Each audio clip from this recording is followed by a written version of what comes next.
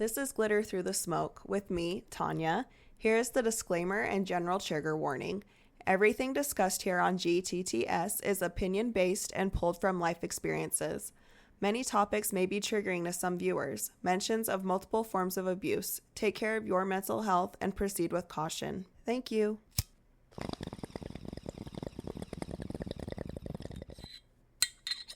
Welcome back to Glitter Through the Smoke.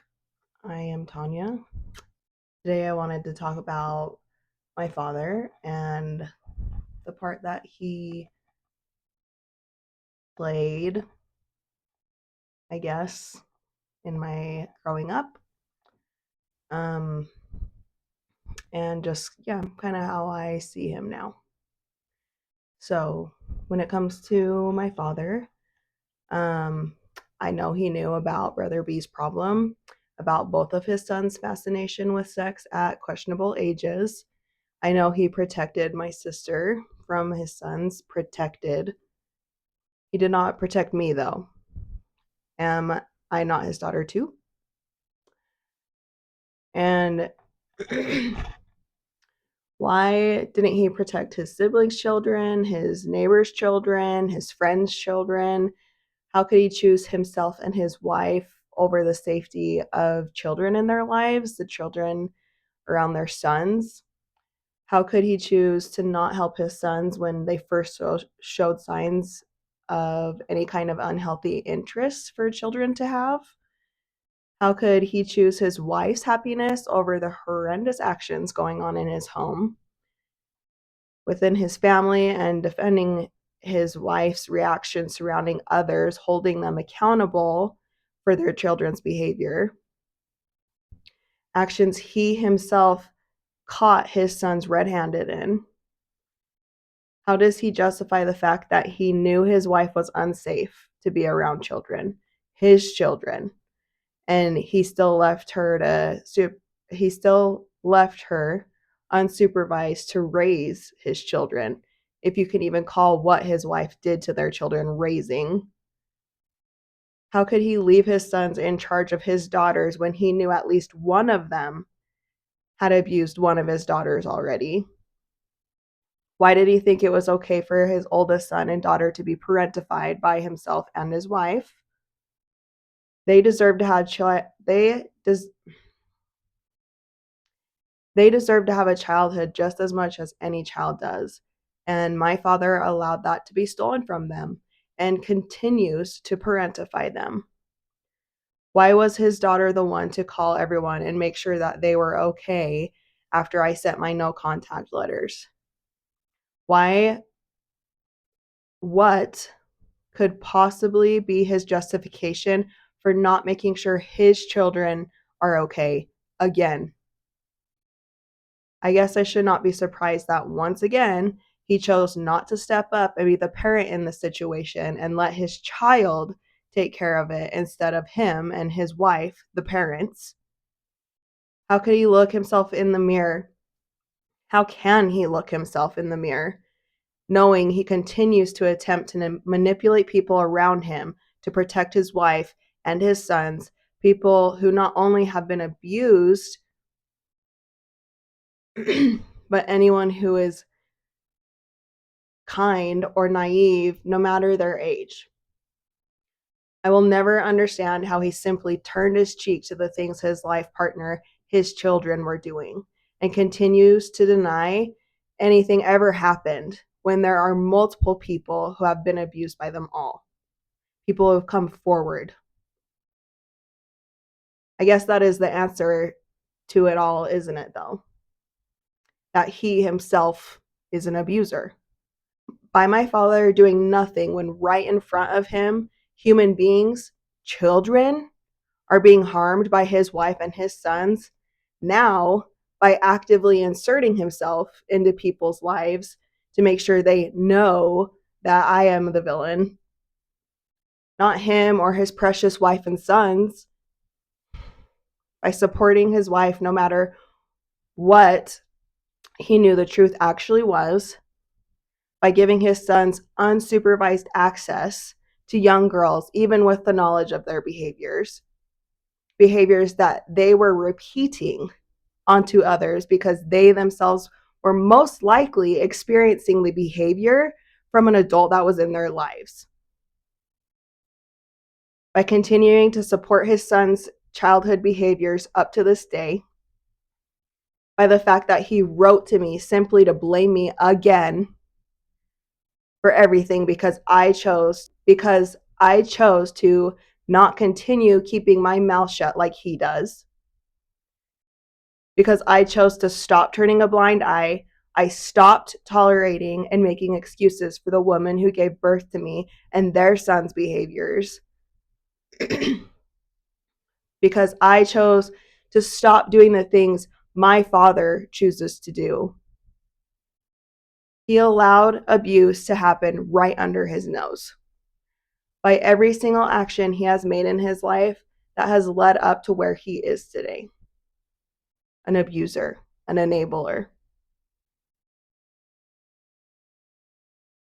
You know who does not protect their children, their siblings' children, their friends' children, their neighbors' children, their church's congregation's children, literally any child or vulnerable person who unfortunately happens to be near them. My father's wife and his oldest two, an abuser is who. You know what kind of person refuses to take accountability for their part in abuse occurring because it would sully their reputation? They've specially curated for the outside world to see. An abuser. By enabling the abuse to happen, my father became an abuser himself. He too has done abusive things, and why wouldn't he, right? When his spouse and two oldest children seem to get away with anything, with almost everything. So why wouldn't he start playing their games too? It seems to me that he enjoys the power that comes from learning how to play little mind games the way his wife and his two oldest children do.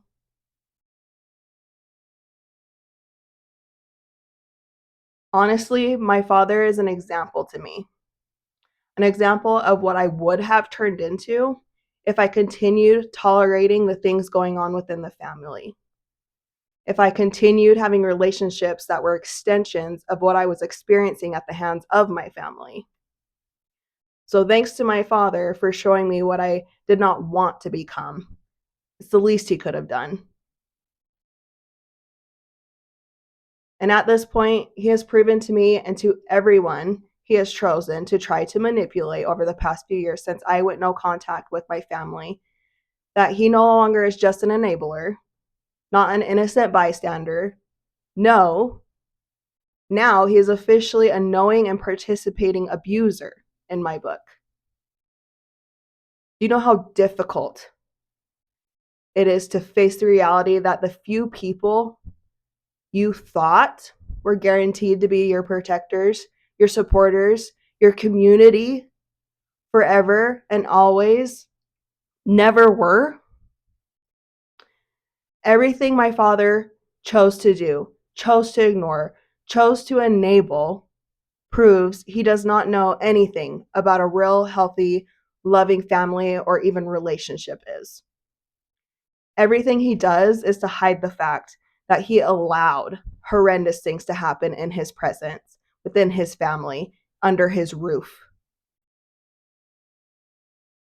To hide that he actually has zero control over any aspect of himself or his life. Me speaking up is a threat to the pretend perfect life my father, my parents have curated. I get that now.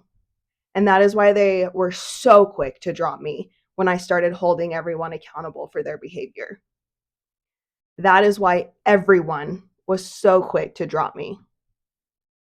Yes, I went no contact, but it is actually limited contact since I stated that they could write me through the post mail if they need to or want to.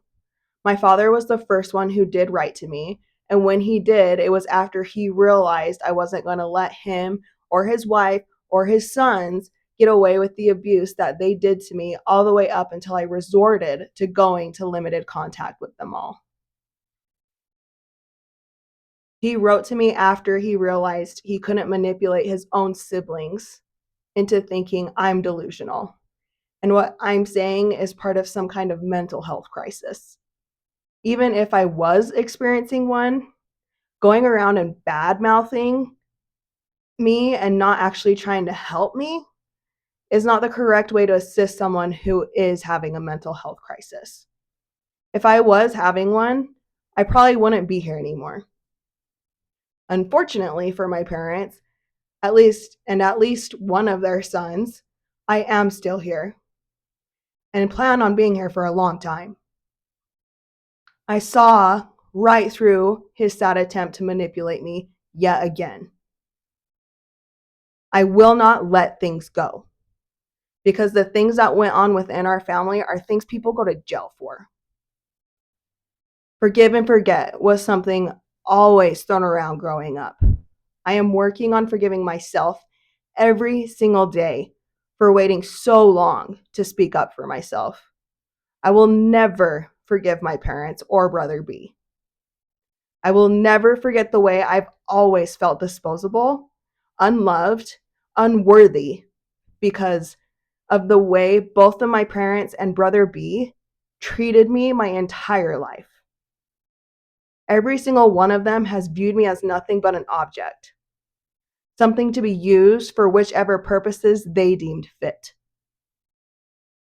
For my father, I was proof that the Mormon God and faith is real. I made him feel powerful because he could give me patriarchal blessings when I had anything going on with my physical disability. That made him look good and feel worthy within his religion. Having a physically disabled child, he could brag about helping her with his power his faith gave him. I was proof to my father that he was a very spiritual and worthy man. The only thing is, he and his wife took the events that happened to me and claimed ownership over them. A lot of the miracles that happened to me when I had my surgeries, my father was not present for.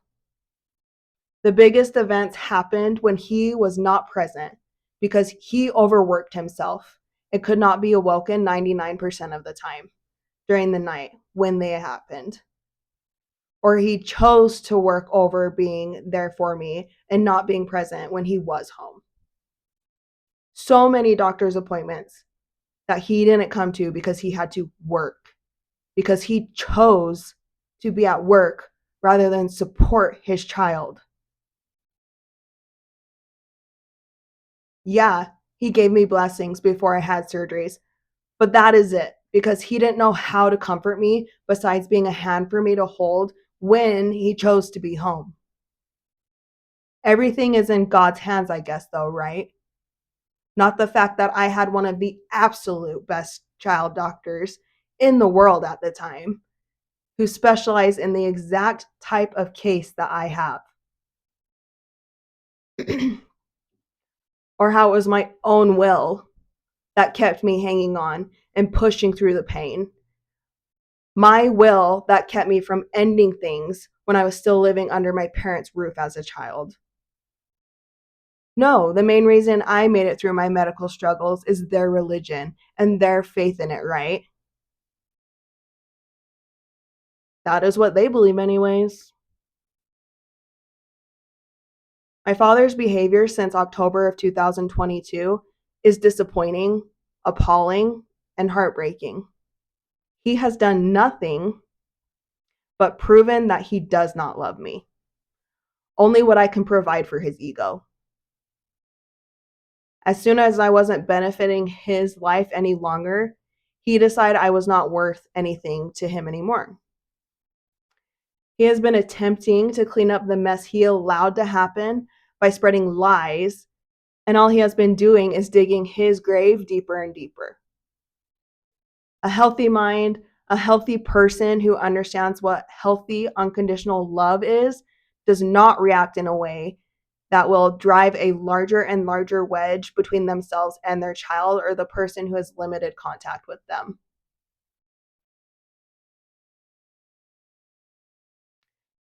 Especially when one knows that the other party is innocent. He knows it deep down in his heart that I am speaking the truth. If he doesn't, then he's even sicker than I thought. Or his spouse has kept a lot from him in the past few decades. They do not communicate properly, never have, and never will at this point. My father is the woman who gave birth to me, her pawn, her plaything. I question where the abuse begins and ends with him. I know, though, that he has no genuine care about being a truly good parent to his children. He hopes to be a father figure to young men around him because he failed being the best type of father he could to his own children. He has said to me about my last boyfriend and about my husband that he wants them to know that he wants them to know that they can come to him with anything, and he'll be more than happy to support them as a father would. Well, what about me? What about my siblings when we were all under his care? Why didn't he care to be the best father for us, but he cares so much about being others father figure? Just because he knows that they don't have good father figures in their lives doesn't mean that he would be a better one. My father is living in a totally separate dimension if he thinks he is someone men or any young person should look up to. From my point of view, my parents' relationship is exactly the same, but also worse at the same time as my father's and stepwife's relationship. My father's own sons don't respect him because he allowed his wife to abuse him and them. Why else would Brother B think the wife should be quiet and obedient while the father is explosive and mean? Because our father was hidden and submissive while his wife was dominant and controlling. He thinks the opposite of our father and his wife's dynamic is the right way to parent. And that just shows part of how much our parents ruined his perception of a healthy relationship. My parents always talk themselves up like they're the perfect couple, something for others to look up to. A happy wife does not equal a happy life. That is probably one of the worst phrases I've heard constantly growing up. And now I can see how bad it can be to live by that motto for someone their entire marriage, thanks to my father. Never standing up to his wife, always making excuses for her horrible treatment of his children, making us believe that we were the problem when in fact it was them and their relationship. The woman who birthed me has said to me with her own mouth that she believes my father is spineless and weak. I agree with her. But the difference for me is I see him as such because of how he let her run his existence and never standing up for himself. And that makes my heart sad for him. For that woman, it's because my father let her, and everyone else he sees as having more power than him control his behavior. He let his wife bully him. He lets his business associates bully him. He lets his own religion bully him. He lets so many people bully him that why would anyone see him as anything but weak and spineless? He is living proof of it.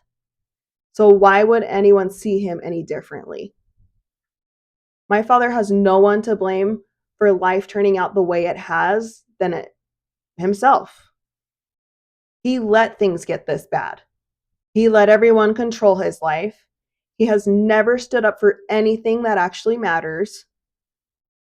He preaches a lot, but never acts on anything he says, which shows me that he cares more about everyone being complacent than actually improving anything in their lives. His entire life personal, business, social lives reflect that.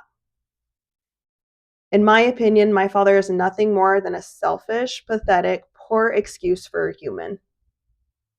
He cares more about how people perceive him than how he actually treats those closest to him.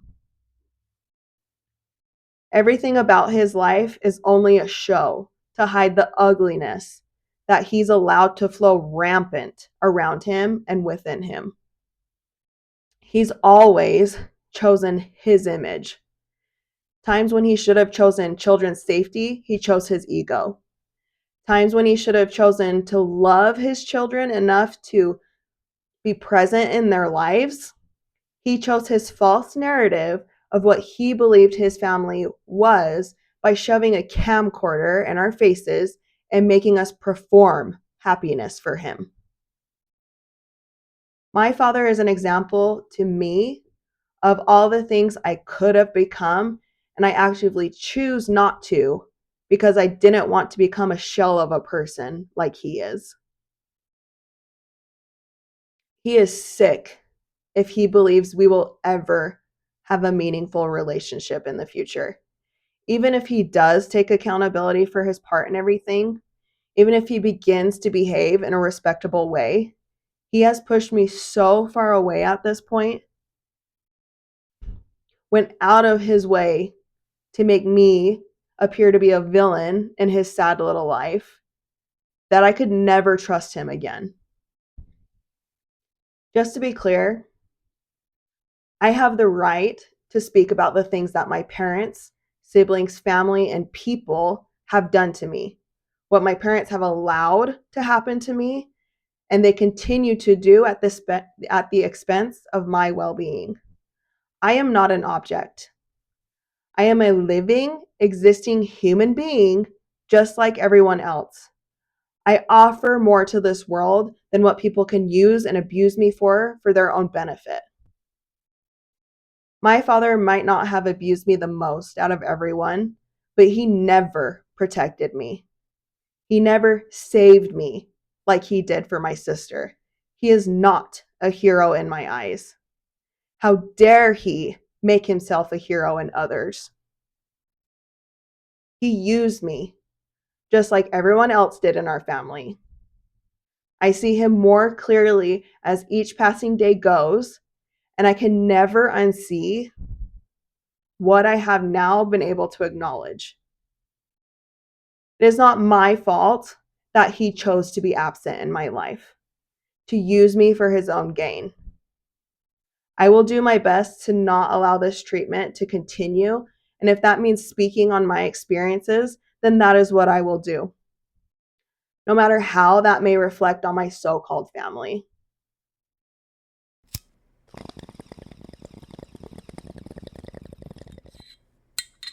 Thank you for listening to Glitter Through the Smoke. Please like, rate, follow, and share GTTS. Crisis hotlines are listed in the podcast description. Take care of yourselves, and I hope to see you next time.